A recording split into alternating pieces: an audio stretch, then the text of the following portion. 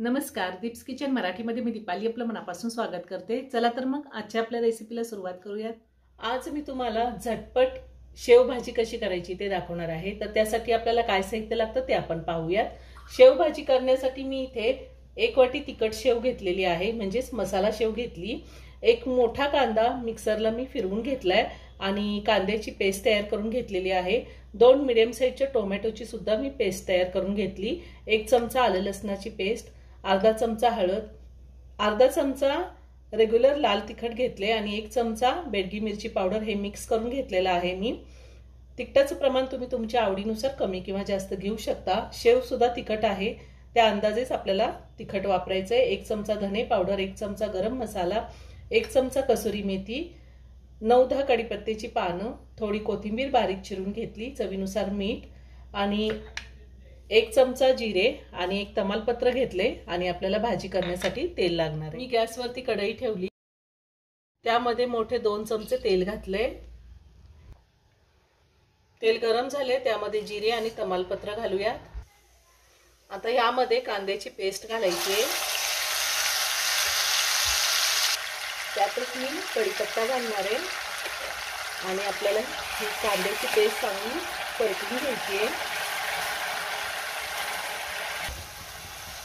कांदा सुरुवातीला मी 2 मिनिटं परतून घेणार आहे आणि त्यानंतर त्यामध्ये आपल्याला आलं लसणाची पेस्ट घालायची आहे आणि पुन्हा कांदा परतून घ्यायचा आहे।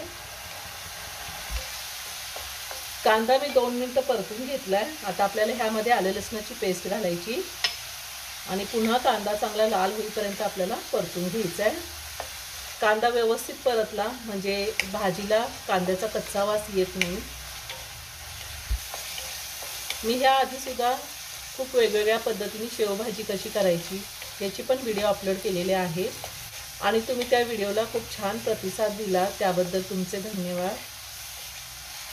अजूनही तुम्ही माझं चॅनल सबस्क्राइब केलं नसेल तर नक्की सबस्क्राइब करा आणि शेजारील बेल आयकॉन क्लिक करा, म्हणजे मी ज्या रेसिपी अपलोड करते त्याचं नोटिफिकेशन तुम्हाला मिळेल आणि तुम्ही माझ्या रेसिपी बघू शकाल।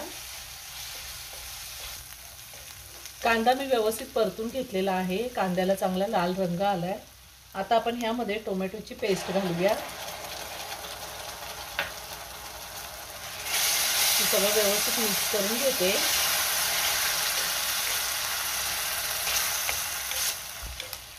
टोमॅटोची पेस्ट सुद्धा मी चांगली 2 ते 3 मिनिटं परतून घेणार आहे।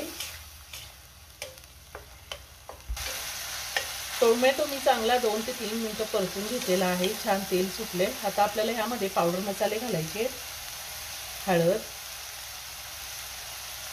लाल तिखट, धने पावडर, गरम मसाला। आता हे सगळं व्यवस्थित मिक्स करून घेऊया। आता ह्यामध्ये आपल्याला थोडंसं पाणी घालायचे आणि हा मसाला 2 ते 3 मिनिटं पुन्हा चांगला शिजवून घ्यायचा आहे। अगदी थोडं पाणी घातले मी।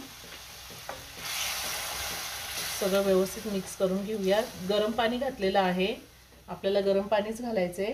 थोडी बारीक चिरलेली कोथिंबीर घालते आणि मसाला चांगला 2 मिनिटं शिजवून घेते। 2 मिनिटं झालेली आहे, मसाला छान शिजलाय, छान तेल सुटले। आता आपल्याला ह्यामध्ये पाणी घालायचे। पाणी मी गरम करून घेतलेलं आहे, गरम पाणीच घालायचे।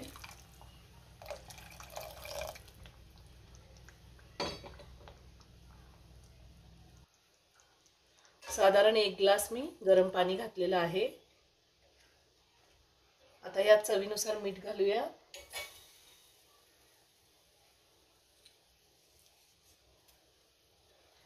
कसुरी मेथी घालायची आहे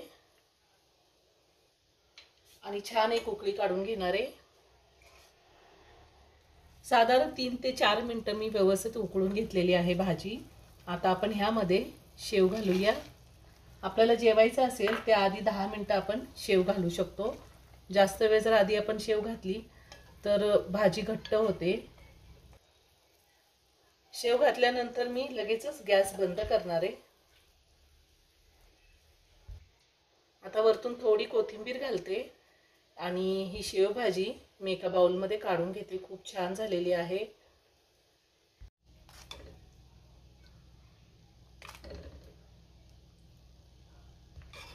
झटपट आणि चमचमीत अशी शेवभाजी तयार करून झालेली आहे। खूप छान झाली। तुम्ही एकदा नक्की करून पहा। व्हिडिओ जर आवडला तर व्हिडिओला लाईक आणि शेअर करायला विसरू नका। रेसिपी आवडली असेल तर कमेंट करून नक्की कळवा। पुन्हा भेटूया अशाच एका छानशा साध्या आणि सोप्या रेसिपी बरोबर। धन्यवाद।